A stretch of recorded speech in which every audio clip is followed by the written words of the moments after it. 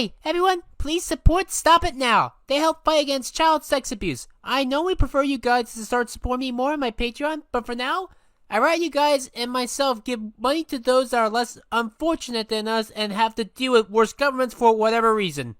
And I'm getting sick and tired of a lot of things I've been hearing.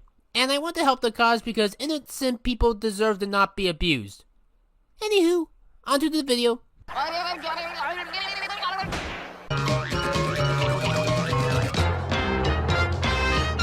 Cartoon Network 64.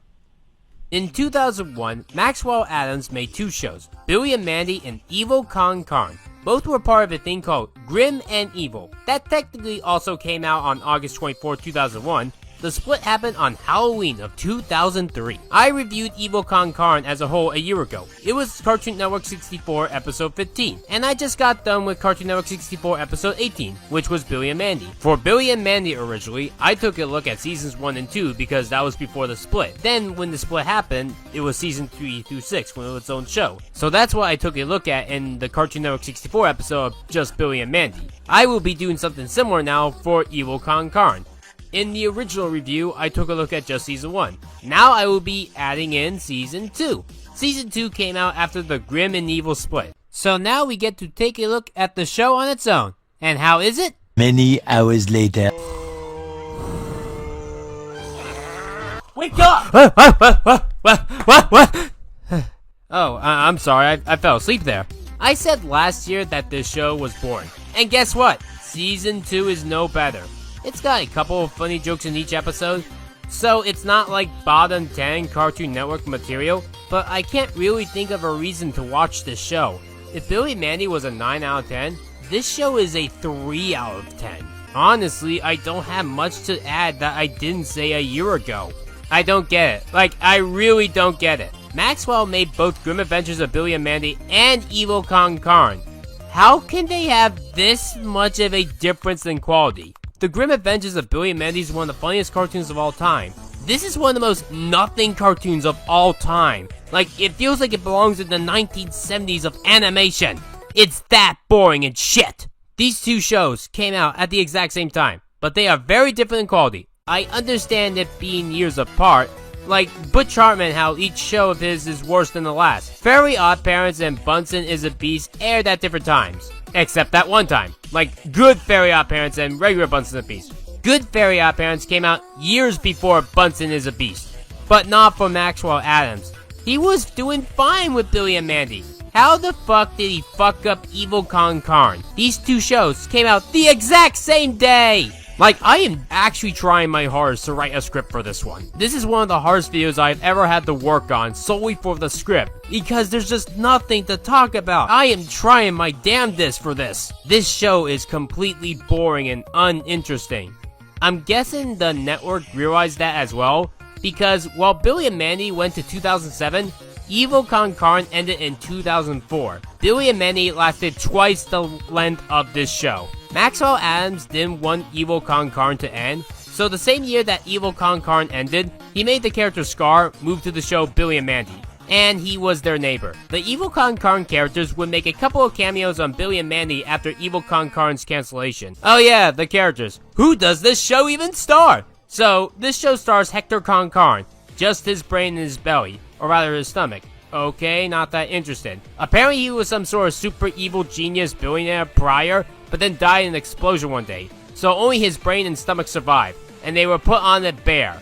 That's the plot of the show. He still wants to take over the world, through a bear. It sounds like one of those events that will happen in just one episode, not a whole show. And the bear is not that interesting. He just, hurdy-dur, cartoon characters. It's really sad that Yogi Bear, you know, Yogi Bear, this fucking Yogi Bear, had a cameo in Billy and Mandy in just one episode about a picnic basket, and he was funnier just explaining himself being lame. We also have a mad scientist lady named Major Dr. Ghastly. She's in love with the brain. I mean Hector. That's the show. It's just an unfunny version of Mandy. Actually, no, it's not even Mandy. It's the same actress as her. It's still Greg Griffin, but it's just generic as shit. And to end off the last of the main characters, there's Scar, a general whose sole existence is to be a punching bag. There's a part of him that wants to be in control of everything, but he never gets that chance. There's also a fish character as well, I almost forgot. He tries to stop the evil guys. It's just not that interesting. This show, the characters, they're honestly the most basic characters I have ever seen in Cartoon Network history. Which is strange because, on paper, this sounds like it should work, but the writing just does not make them good. Like, the cast for this sounds more different than any other Cartoon Network show, but the problem is, they act like every other Cartoon Network show. They end up doing nothing but cliche plots. Let's have an episode of the gang stuck in the car with lots of traffic, but the twist is that they're not in line for some sort of amusement park or beach or whatever.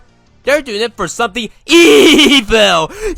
Evil! That's more or less what every episode is about. They do one thing subversive, but it's not subversive enough to avoid being cliche. Want to see an episode where someone lies to their mother about being a success? Yep, they got that. I could get that in literally any other show ever. The president looks like Abraham Lincoln. Very Odd Parents also did that earlier that same year. This video is a very hard video to make. It's one of the hardest videos I've ever had to make in the 9 years of me making this channel, just because of how little there is to talk about it.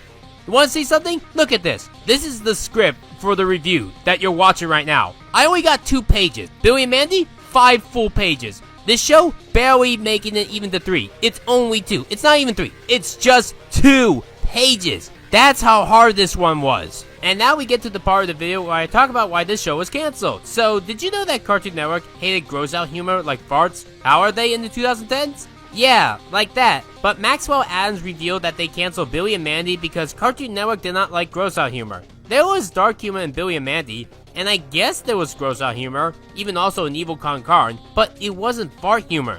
And I can't recall any fart humor, except for the duck episode. Cartoon Network has double standards. Well, every network has double standards when you really look into it. I'm currently working on an animation documentary called Animation Absolutism. It won't be done this year, but I'm hoping that the earliest will be fall 2023. I'll start this fall for the record. It's gonna go into all the problems of why working in animation is a terrible job. What more do you want me to say? It's a boring show that no one remembers. Coming up next.